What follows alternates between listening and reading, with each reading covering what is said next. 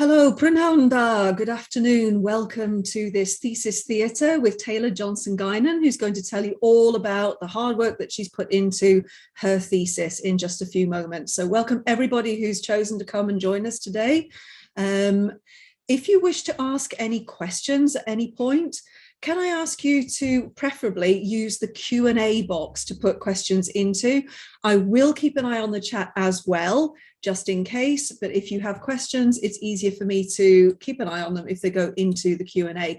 And please do feel free to put questions into the Q&A. I'll be delighted to relay them to Taylor as we go. Okay, in that case, let me introduce Taylor to you. So Taylor Johnson Guinan holds a Bachelor of Arts in Secondary Education with an emphasis in English from Arizona State University. In the honours programme, she wrote her senior thesis on the benefits of using science fiction and fantasy literature in the classroom, accompanied by an implementable curriculum, all titled The Origins of Science Fiction and Fantasy in British Literature. In 2015, she published a review of Shadow of the Wolf by Tim Hall in the Journal of Adult and Adolescent Literature, and at the 2021 Mythmoot, she presented the paper, The Dystopian Looking Glass, Propaganda in Harry Potter and the Hunger Games. And today she's going to talk to you all about her thesis, and her thesis is entitled, pardon me, I'm just going to it, Only in Dying Life, Ventures into the Land of the Dead in Children's Fantasy Literature. So welcome, Taylor. I'm really looking forward to hearing you talk all about your thesis today. Yeah, I'm excited. So I'm excited to share this with everyone. Excellent. Okay, so let's get started straight away. I'm going to ask you the first question, which is, can you start by giving us all a brief overview of your thesis? Absolutely. All right, I have a small presentation, so I'm going to go ahead and share my screen. There we go. So, my thesis focuses primarily on the lands of the dead, the physical location that the characters usually travel to. So I started noticing a few trends in the depictions of lands of the dead in modern children fantasies literature. So I decided to focus on three main things. Where is it located? What is it like? And the overall effect on the characters. So first, the land of the dead is normally located beyond life. Sometimes it's located in the West. Sometimes it's an unidentified location just beyond the realms of our living world. In the novels, sometimes death is able to re-enter life. The dead are able to return to life. And whenever that happens, it makes life deadly for the living. And it usually ends up perpetuating the issue because as more people die due to the dead, it creates more dead, and it's a self-perpetuating problem. And so this led to the natural question is, should the living and the dead be naturally separated? Are they meant to be separated? And I found that in the Graveyard Book, The Furthest Shore, The Amber Spyglass, The Lightning Thief, The Red Pyramid, Lockwood & Co., and The Old Kingdom, the living and the dead are naturally separated. It is explicitly stated in some of the books that the living and the dead are not meant to interact. The exception to this was Harry Potter, uniquely enough. And instead in Harry Potter, there seems to be a spectrum. And you could be somewhat alive or somewhat dead and somewhere in between.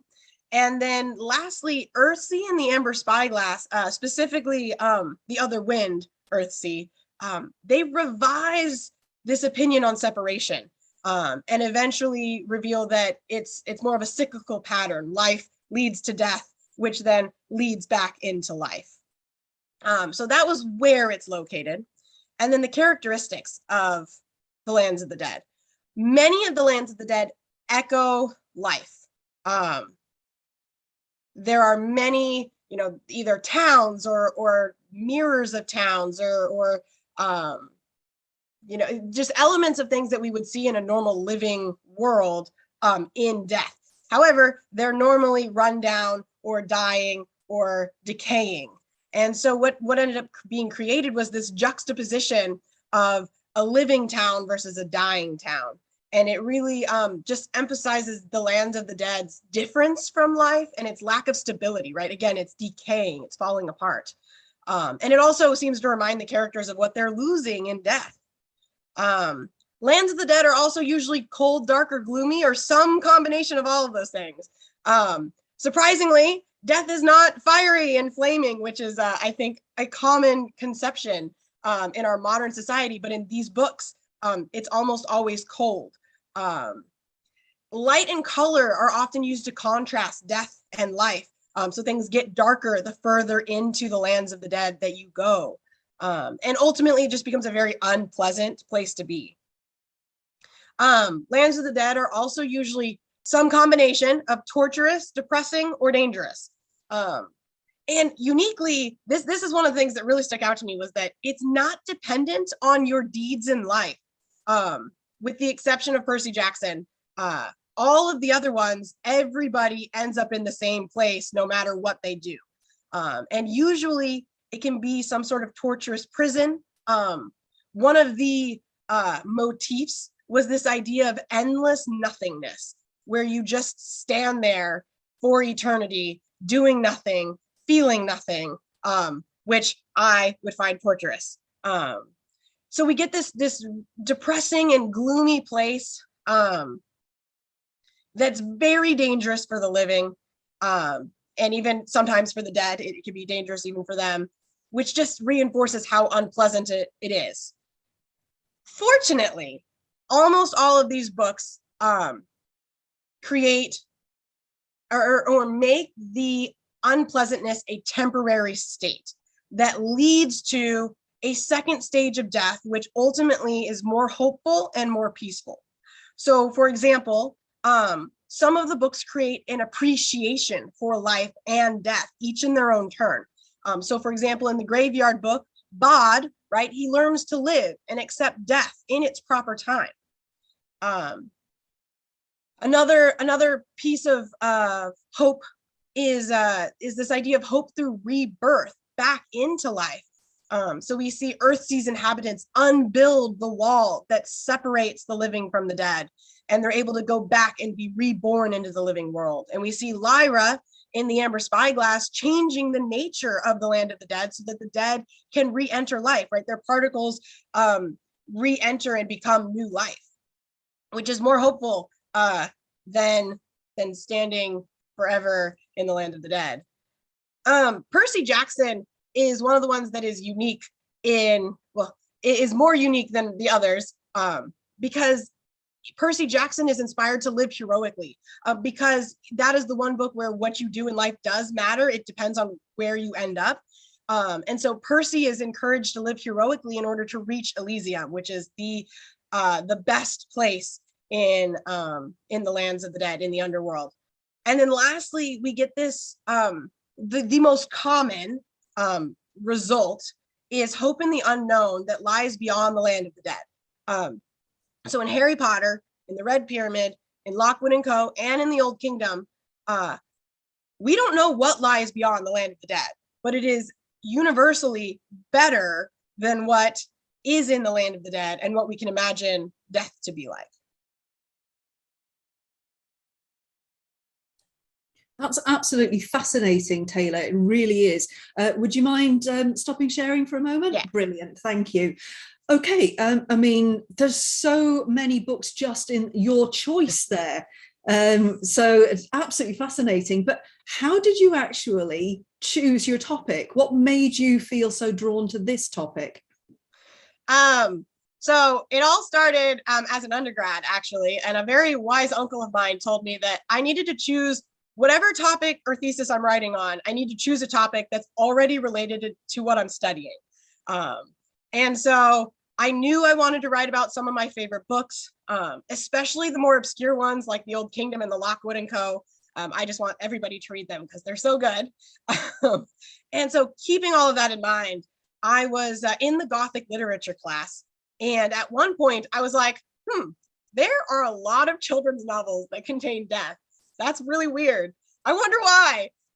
Especially since I know a lot of parents nowadays are super protective of what they allow their children to read and to watch. And so I was like, this just doesn't seem to compute. So what's going on here? And then over the next few semesters, I had this like running list of children's books that contained death. And I quickly realized that there were just too many. So I needed to narrow my focus. And so I looked at my favorite ones on the list, and I realized one of the overarching similarities was a depiction of the land of the dead, where the characters actually visit a land of the dead. And so that's how I went with that. So it's amazing. It goes all the way back to your Gothic literature class. That's fantastic. Yeah. Now, one of the things that I picked up on when reading your thesis is that when looking at modern children's fantasy authors, you compared them to authors of the past. So how would you say that modern children's fantasy authors differ from previous authors, ones from way back? So I want to first off by saying I didn't do an exhaustive read of authors from previous generations. I mean, if you even just look at the number of books that I read for this paper alone, I think it was like 17 novels. So I didn't exactly have time to go and do an exhaustive read of every children's fantasy book of the past. So this is a little bit selective. But what I was noticing from authors of previous generations is that their books seem to be particularly religious or religiously didactic. So for example, in C.S. Lewis's Narnia Chronicles, right, we have Aslan's Country, which is supposed to be this representation of heaven. And then it's not exactly a children's novel, but it is fantasy. We have Tolkien's Leaf by Niggle, which portrays a workhouse and these green fields that Niggle goes into. And these seem to be a form of purgatory that eventually leads to a heaven. So both of these fantasy and then C.S. Lewis and children fantasy authors are portraying this land of the dead for religious purpose. Modern authors draw very heavily from religious ideas, but not for a religious purpose. None of them are trying to convert believers to, or children into a specific faith. So in these modern, we see the land of the dead in modern children's fantasy novels, it's not heaven, right? Even the place beyond, even if it's not specified what it is, it's never identified as a heaven. And then with the exception of the Graveyard Book and the Lightning Thief, the modern authors create hope, not in death itself, not in the lands of the dead itself, but in what comes after them. So there's this hope in what comes beyond that. And but yeah, like I said, death is never explicitly heaven. What comes beyond is never explicitly heaven. And interest, again, with the exception of the Lightning Thief, because it's not based on deeds, like there's no incentive for a changed life to reach it, right? So again, these modern authors are drawing on religious elements, but not for religious purposes. Okay, that's really interesting. There's a question from Sparrow that's come into the Q&A. If you want to open the Q&A, and I think this really follows on from what you were just saying. So Sparrow asks, what proportion of the books you studied have hope of something beyond the cold and boring standstill, depressing death? So I've been defining beyond as something that we never actually reach. So the four, I listed them out earlier, but there were 4 novels that do that. The Harry Potter series, or series, I guess. Harry Potter series, The Red Pyramid, Lockwood and Co., and The Old Kingdom all have a space beyond that we never actually see. And so I would say 50% of them have this hope in something beyond this dark and gloomy space. However, it depends on how you define beyond, because in the Amber Spyglass and in Earthsea, right, the beyond is back into life. Mm-hmm. And so it depends on your definition, but I would even possibly say six of the 8 series that I've been looking at actually have this hopeful space beyond.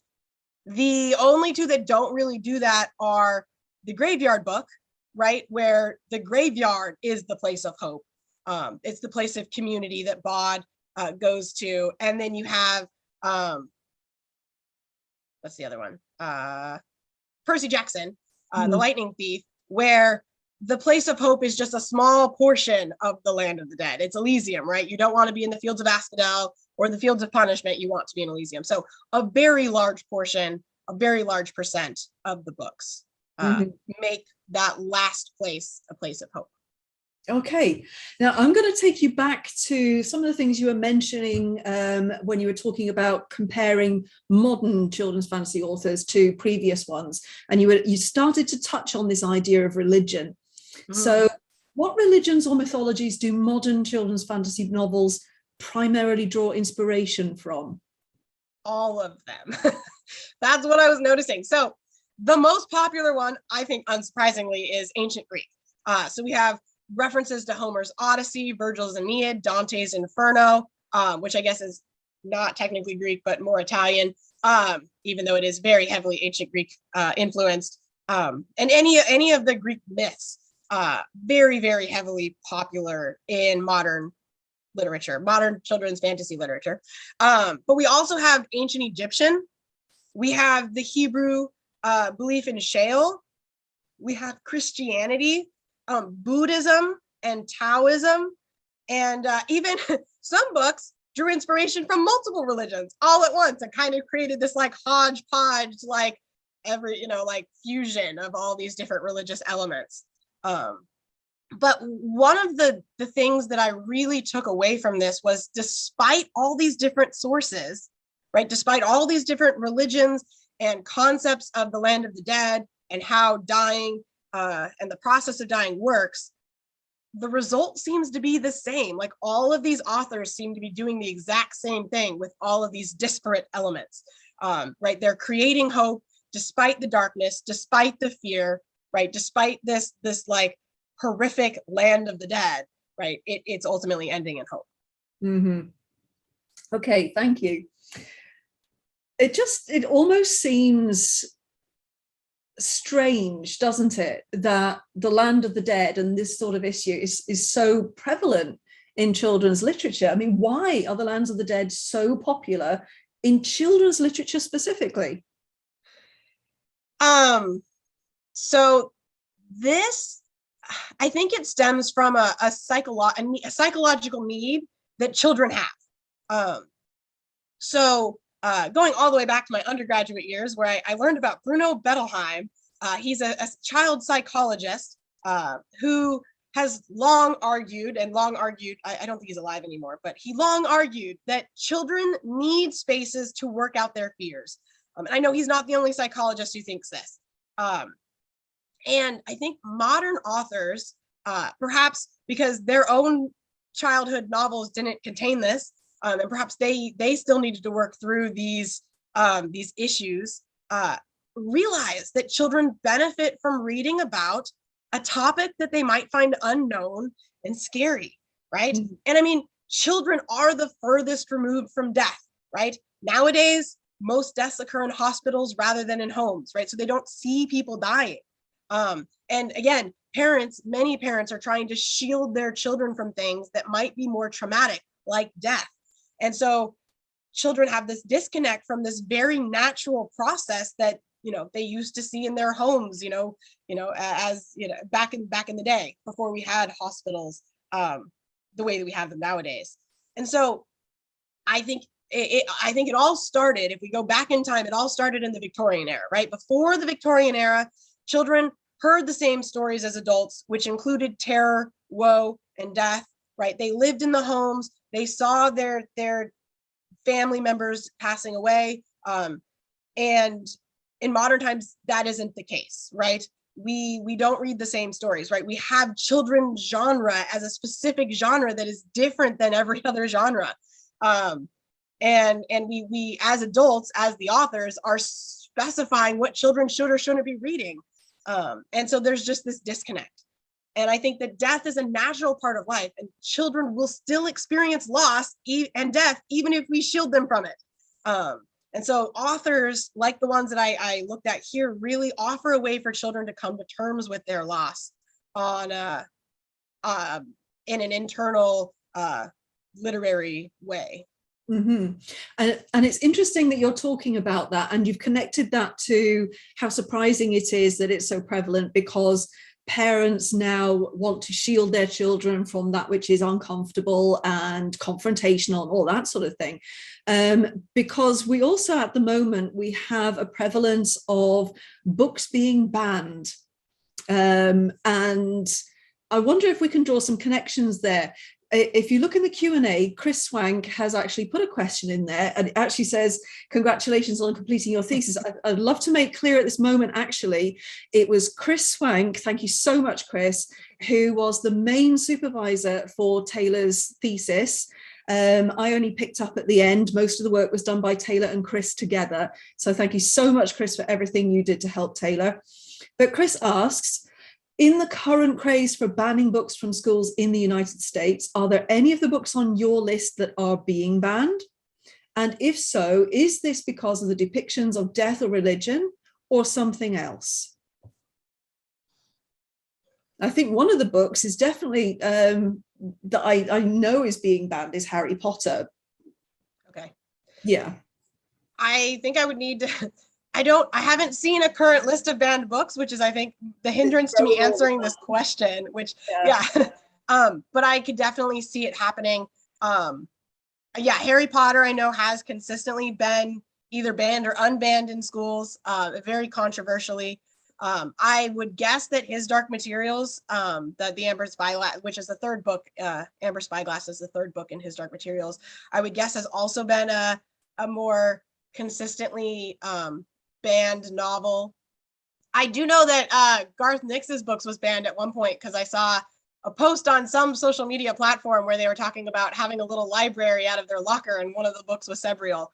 But I definitely think that parents are very careful, and they're rightly so. I mean, I'm not trying to judge parents for protecting their children, are rightly so careful about what their children can be exposed to. And these books can have elements in them that perhaps are, that parents may question if they've never actually read them themselves. Mm-hmm. And I would agree that I do think it goes back to death and religion. Specifically, honestly, religion. I would say that that's probably the more controversial issue, but death, again, also a very big thing. I think one of the nice things about many of these books is, even though we travel to the land of the dead, it not necessarily mean that we see lots of gruesome deaths. That is something that I think these authors do really well, is even though they portray the land of the dead as being scary, they're not out there to try and like terrify children with like gruesome and bloody death scenes. I can't think of, I think the only one on my list that really does that is Garth Nix. The dead are fairly terrifying. But, or even possibly Lockwood and Co. But even there, it's more muted.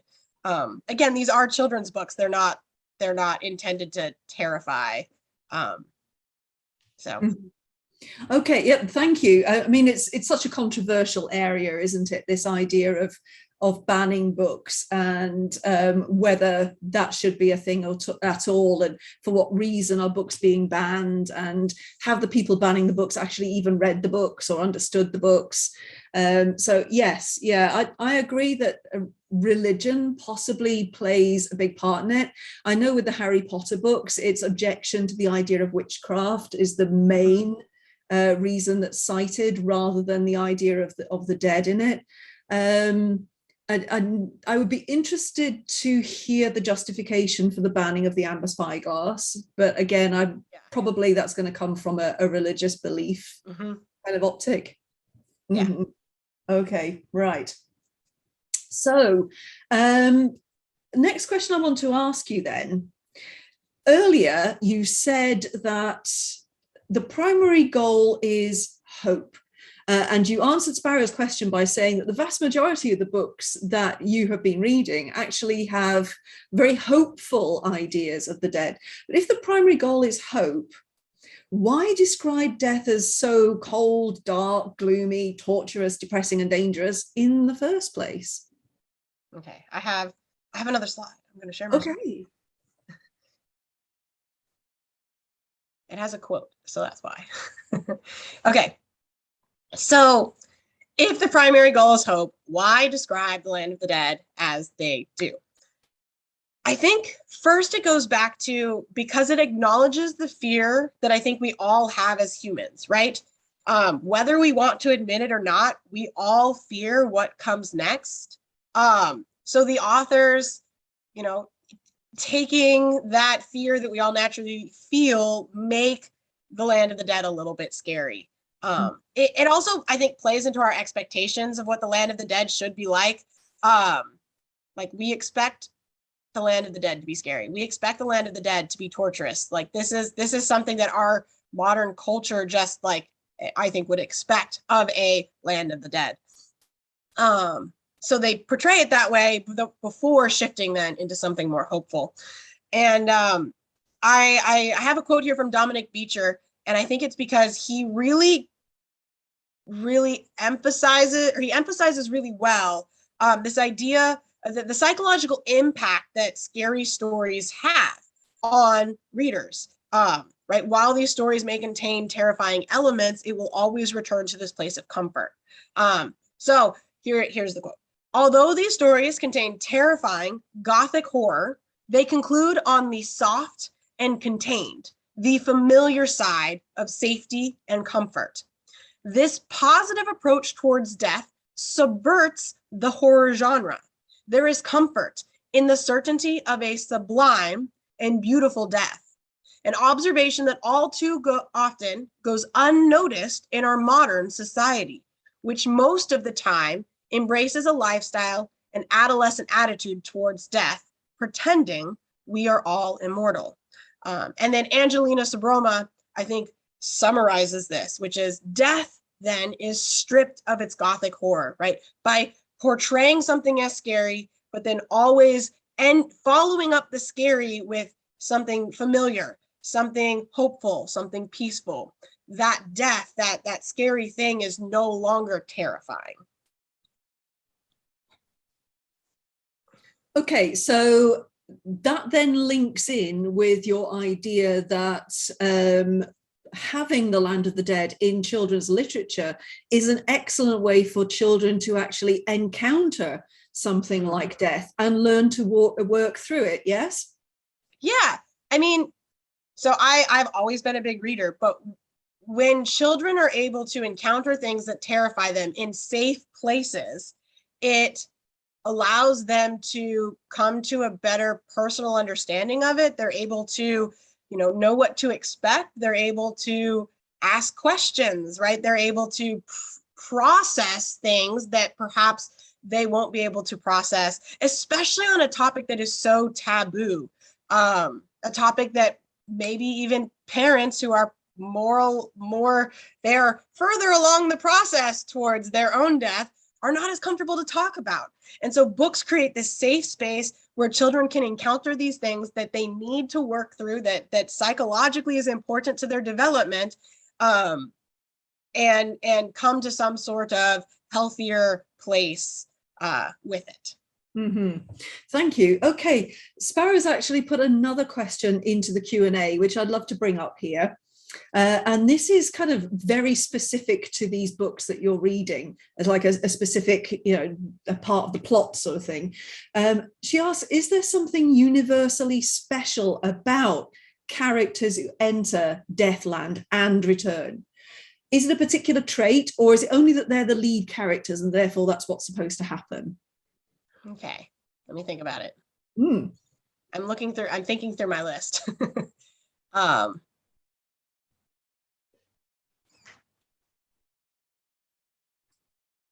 I think, Sparrow, you're onto something, that they are the lead character. That seems to be the consistency, is that these books that focus on the land of the dead have the main characters go to the land of the dead for some reason. And it's interesting. And this, I think, is actually brought up. Well, it's brought up in multiple of them. The one that's coming to mind is the Lightning Thief, where Percy and his friends are trying to get into the land of the dead, and Karen, the ferryman, is like, you guys won't be returning. Like, this is a one-way trip. Don't you understand? And they're like, no, we'll understand. We we'll come back. Don't you worry. And he's like, no, like going to the land of the dead is one-way trip. And if you think traditionally, like mythologically, that is usually the case. If you think about even like Orpheus and Eurydice, right? Orpheus goes to the land of the dead in order to get Eurydice, but he's not, the only reason he is able to return is because of his music. And Eurydice, she makes it part way, but then doesn't make it all the way. And so there's just this history of you have to be special. You have to be a demigod or an abhorsen or a wizard, right? In order to go to the land of the dead and return.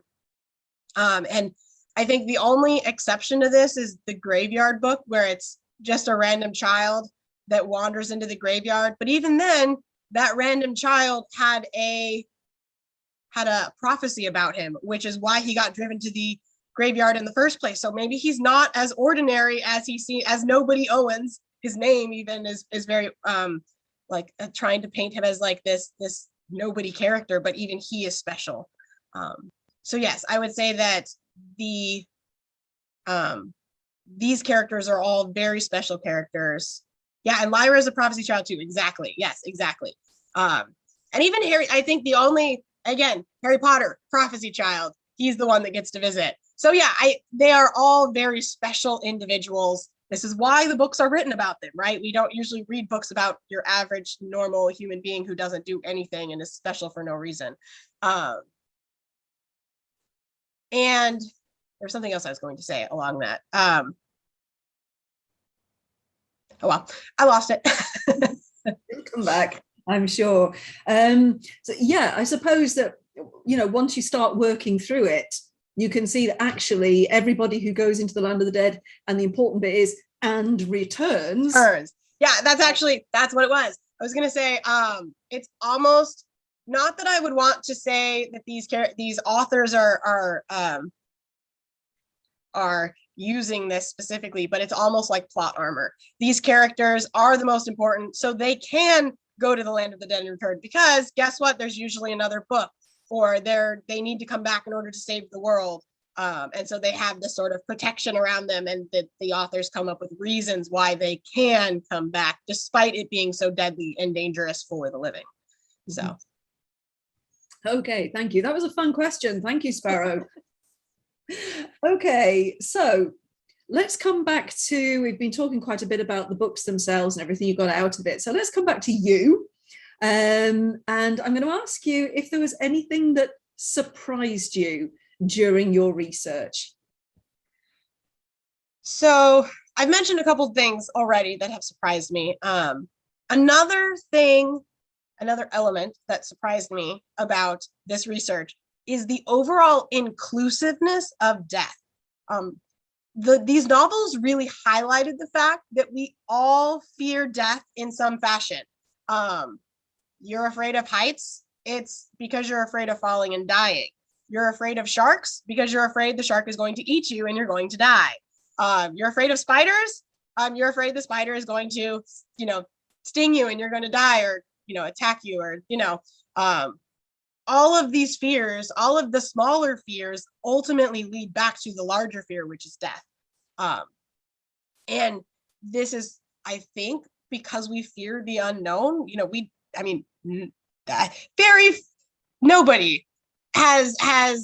Nobody alive today has died and come back and been like, this is actually what death is like. At least nobody that we can actively trust as a source. It's just, you know what I mean? Like we don't know. We don't know what comes next. And inclusively, all people die, right? This is something that it's the unifying factor amongst all people groups and all nations and all languages. Everybody will die. So it's just this universal, again, inclusiveness of death. In addition, overwhelmingly in these books, all people receive the same fate, no matter their deeds. Again, the exception is Percy Jackson. That one kind of lives in its own little universe. But other than that, everybody receives the same fate. So you have, the murderer and the child, right? The innocent child, and they end up in the same location. no matter what they did. And lastly, again, inclusiveness, this is something we all must face, right? It's something that unites us as human beings, and it seems to supersede any other elements that divides us. And I think these authors, despite using all of these different religions, are really emphasizing that, like, this is something we all must face. This is something that unites us, that brings us together. Yes, death being the ultimate unknown. Right, exactly. As humans, we're not very good at dealing with the unknown. We're happiest when we can put a label on something and say, that's what this thing is. I therefore understand it. But as soon as we're handed something that is utterly unknowable, then that's freaky for us, isn't it? Psychologically. Which is, I think, why we have so many religions and mythologies. And so it's very interesting that even thousands of years ago, these cultures that created these religions and mythologies, were so intrigued and scared by the unknown that they created these stories, that now we are in our modern day referencing back to these stories to do basically the same thing. Yes, yeah. I mean, you're right. I mean, one of the great purposes of religion is to explain what happens to you after death, and to provide hope. And of course, that's what a lot of people find in religion, is that that sense of comfort and hope that people who have died in their lives will, I don't know, for Christianity, go to heaven, or, whatever. And that there is then this chance that they can meet up again in the afterlife, if you like. And it's a comfort, isn't it? So it's not just, I suppose, what I'm trying to get at is that in these books you've been looking at, it's, in many ways, it's about helping children to confront something that is so confrontational in the safe space that you were mentioning. But at the same time, it can also be seen as the author working through their own ideas about death and perhaps exploring them in their own way. Do you think? Yes, I definitely agree, especially knowing that everything that we do now is usually a reaction to what came before. And so looking at how some of the most popular children's fantasy authors of the past were so focused on certain things, I think that these novels are reactions to that. Again, literature is always a conversation. So I think that they are conversing with each other, even across decades and times. So. Okay. So again, coming back to you and your process, was there anything that you wanted to include in your thesis that you had to leave out, or aspects that you wanted to pursue but couldn't? I mean, obviously these theses have a kind of a word limit, so there's only so much space within it. So what was something, for example, that you had to let go of? There were, again, as I mentioned earlier, there were like 45 novels that I had on my list of novels that included death, whether actual characters dying, like as a major theme, or so there was a lot of material to work with. And so there were a lot of paper topics that I was like, ooh, that would be fascinating. And I had to just like scribble it down on a note card so that I could come back to it in the future. The first one that really popped into my head is, why is living forever and avoiding death always the trait of a villain? So we have Voldemort, we have Cobb, we have Marissa Fitch, we have Hedge and the other necromancers. So is it inherently bad to want to live forever? Or is it only the way in which you go about living forever that matters? So I would love to explore that in greater detail, because that does seem to be a theme in these novels, is that the bad guy always wants to extend his life, always wants to live forever. And I do think it goes back to, I mean, I haven't explored it extensively, but again, I think this goes back to that fear of the unknown, right? Why do they want to live forever? Because they fear the unknown, they fear death. And another one is the forms that the dead take. So this was actually, it was a whole section that I had to cut out of my paper because it just didn't quite fit. And sometimes the dead in the land of the dead are physical, like you can physically touch them. Sometimes they're spiritual. So why is that? What is the delineating factor between the two? And sometimes, especially in Earthsea, they are spiritual beings, but you can physically touch them and they can hurt you. And so I'm like, why? What is this overlap? Like, why? But anyway, so the forms that the dead take, sometimes they're static, right? They don't change over time. And some of them are decaying as they stay in the land of the dead. So what's going on with the dead, and why are they being depicted similarly and or differently from each other? Another theme that I don't think would be as long as a thesis, but could be a paper topic, is what's up with the stars. So in most of these lands of the dead, they either feature or do not feature explicitly stars in the sky. And my instant gut reaction is that stars are this comforting thing when it's dark outside and it's nighttime and we look up and we see these stars, right? It's a comfort that there's some light. We use them to guide us, whether, you know, on land or in the ocean, right? And so I have a feeling it has to do with that sense of familiarity. But yeah, so what's up with the stars? I would also love to explore modern figures of death. So for example, in the graveyard book, we get the Lady on the Gray, who is this very kind, peaceful, serene individual who all of the dead look to with like admiration, not fear. Especially if you compare that to some of Neil Gaiman's other death figures. In the Sandman, he has this like female death who's kind of like this punk rocker figure. And so it'd be cool to compare the figures of death, especially if you compare it to something like Percy Jackson's Hades, who is, you know, this like powerful king-like figure. Yeah, so I would love to look at that. And then another thing, and this was brought to my attention by some of the other classes I've taken, other students have paid attention to color as they're reading, like reoccurring colors.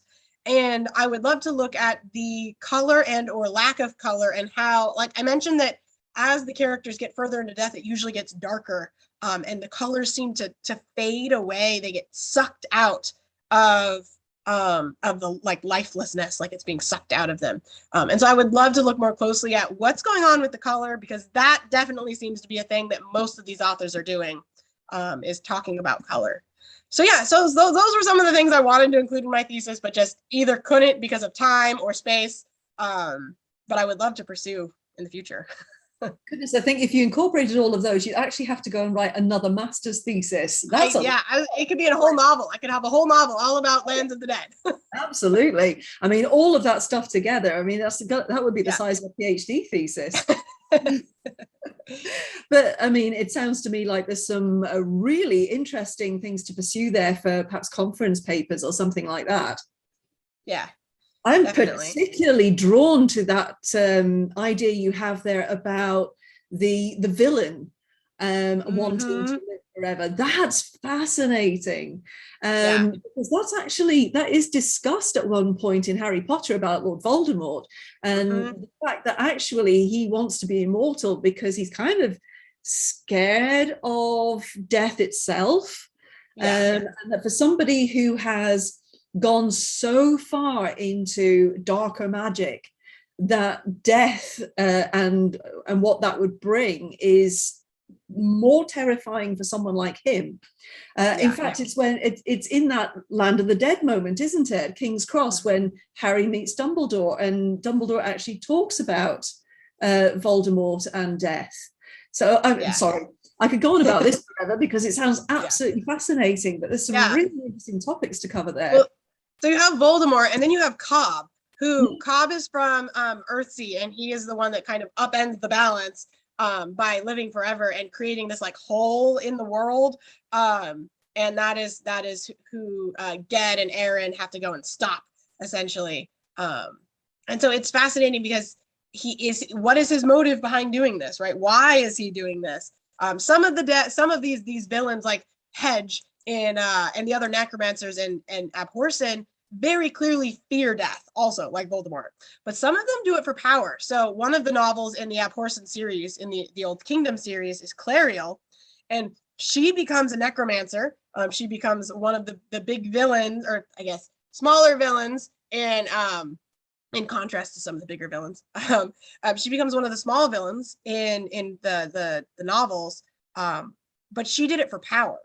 right? She wasn't a fear of death. It was she was trying to get more power. So I would definitely love to explore, is it a fear of death? Is it more power? Because I think that seems to be the two answers that I've found so far, is that they're either seeking power that they shouldn't be seeking, or they want to live forever because they fear what they don't know. So yeah. Definitely an interesting paper topic. Absolutely fascinating. Something to come back to when you've had the moment to breathe after finishing this. Okay, what I would like to kind of end on is a question that I like to ask people once they've got this far. I mean, let's face it, you have done all of those courses at Signum. You have gone through the entire thesis process, and now here you are out the other side. This is you. You have passed this master's thesis and passed your entire master's course, which, by the way, congratulations. There are people here in the audience who are current students. I wonder if you have any advice for them about the thesis process itself. Is there anything that you would pass on to them as good advice for approaching it, working through it, coming out the other end? Yeah, I would. So first off, I would go back to what my uncle once told me, which is whatever you choose, make sure it's something that you're kind of already doing. So I was already taking lots of classes where we were reading science fiction and fantasy literature that included children's lit. And so I was able to not have to go and read a million other novels because I'd already read most of these, right? So choose something that you're already doing so you don't have to do more work than is necessary. Choose something you love. This was definitely a difficult process. It took a lot of hours and a lot of frustration and a lot of hair pulling, and just, it took a lot of work. So you need to make sure that whatever topic you choose, you do love it, because that will make the process so much easier. Find people that you can work with. So both Dr. Sara Brown and Chris Swank were awesome. I loved working with them. They gave me new perspectives and new ideas. And I knew Chris Swank because I'd worked with her on other papers before. And so I knew, like, she would challenge me in the ways I needed to be challenged and come up with better ideas. And so I surround yourself on your thesis team with people that you know will make your paper better. And then, yeah, just have fun with it and see where it goes. It won't end where you think it ends. Actually, that last thing you said, I think, is one of the most important elements of it. Most students I've worked with have started their thesis process with an idea of what they want to do. And then by the time they finished it, that idea has definitely morphed into something else. Not necessarily completely different, but not exactly what they thought they were going to start off with. Yeah, and I think that's definitely true. A lot of this, like I said, came from that Gothic literature class and a particular paper by Dominic Beecher, where he talks about that Gothic swing. And so I thought I was going to be focusing, not that these novels aren't all Gothic, but I thought I would be focusing much more on the Gothic elements of these books, and specifically children's Gothic elements in children's fantasy literature. And so the fact that I actually zeroed in on the Land of the Dead and all of these religious aspects was definitely unexpected and unplanned for. And especially the way in which almost all of these have a two-part, if not more, process of death. Right? I think the Graveyard book is the only one that has a single, like, you die and you go to the graveyard. But like Earthsea, it's a cycle, right? You go to the Land of the Dead. Well, Earthsea, it's a little bit more uncertain. But it seems to be that you die, you go to the Land of the Dead, and then you are released back into life. His Dark Materials, you die, you go to the Land of the Dead, and then you're released back into life. So again, this two-part process. The Lightning Thief, you go to limbo, and then you go to the Land of the Dead. In Harry Potter, you go to this train station where you then board a train onto something beyond. The Red Pyramid, you ride the boat into the Land of the Dead, and then you get judged, and you either go to, so I guess that's another one where you do get judged based off your actions. You get judged by the feather of Ma'at. You go to the afterlife, or you are eaten by Ammit. And then in Lockwood & Co., you go to the other side, and then you move on to something beyond, the other London, this bright, shiny other London. And then Garth Nix actually has multiple stages, right? You have this, like, you travel through these 9 precincts of death before you hit the 9th precinct, which has the stars, where you're sucked up into who knows what. So it's just this very, like, multi-process thing, this at least 2-step, if not more, was definitely unexpected, but is definitely a pattern that is in these novels. So. So to come back to where we started with that, you stumbled across all of this, and it became your thesis, which was completely unexpected at the start. Yes, exactly. So kind of adding on to this, Chris Swank wants to ask a question of you. Okay. She asked if there are any books or a particular series that you wanted to include in your thesis, but you couldn't for whatever reason. Any particular books you can remember or think of?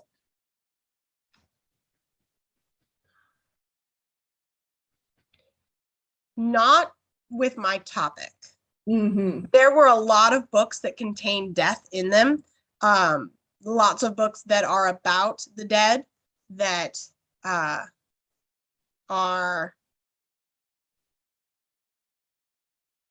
either contain death, have a character that dies that has a major impact on characters. But for the most part, because I think I narrowed my thesis so much down to just books that portray the land of the dead, I was basically able to include all the books that I wanted to. And as far as I mean, obviously I couldn't do a completely exhaustive list of modern children's fantasy novels that contain the land of the dead, because that would just be impossible to do. But I do think I got as many as I could possibly think of that were recommended to me as, oh, this one also has the land of the dead, and you should this should be in there. So I think I did get to include everything that I really wanted to for this topic. I definitely had to throw out novels that were, so for example, one of the novels that I think really parallels a lot of the themes that I talk about in my paper, is Lemony Snicket's The Series of Unfortunate Events, which doesn't always necessarily specify death. I know the parents are dead, great, because they're orphans. But the whole point of those novels is that bad things happen, and then bad things continue to happen. And it doesn't matter how good of a person you are, right? Life will always continue to have bad things happen. And I think that is one of those things that children also need to come to terms with. And so it doesn't fit in my paper, but I do think it has a lot to say along the same line of the importance of that psychological development that children need, right? That good things don't always happen to good people, and bad things often happen to good and bad people. And so your actions don't necessarily determine what you receive in life. And so there are a lot of books that I think have similarities, have something to say about this topic, but we're not, like I said, I tried to focus as specifically as I could on the land of the dead. So. Okay, thank you. Well, that looks like all of the questions. So it just is left for me to say, well done. Well done, Taylor. You've done a great job. You're all done. Congratulations. And it has been fascinating listening to you. Chris Swank says, super proud of you, Taylor. 1,000 congratulations and the best of luck with your next adventures. And she's absolutely right to be proud of you. You had a lot to work through, and you worked through it, and you put a lot of hard effort into this thesis. And you should be pleased and proud of yourself. So well done. You now get to take a little break before you do anything else academic, but hopefully there will be a next academic adventure, whether that's, perhaps publishing something or a conference paper or something like that. And we would love to see and hear more from you and your academic work in the future. So thank you very much, Taylor. Thank you. Okay, and thank you so much to everybody who joined us today. We appreciate the fact that you came and listened to Taylor's presentation. So thank you, everybody, and see you again at another Thesis Theatre at another time. Bye, everybody.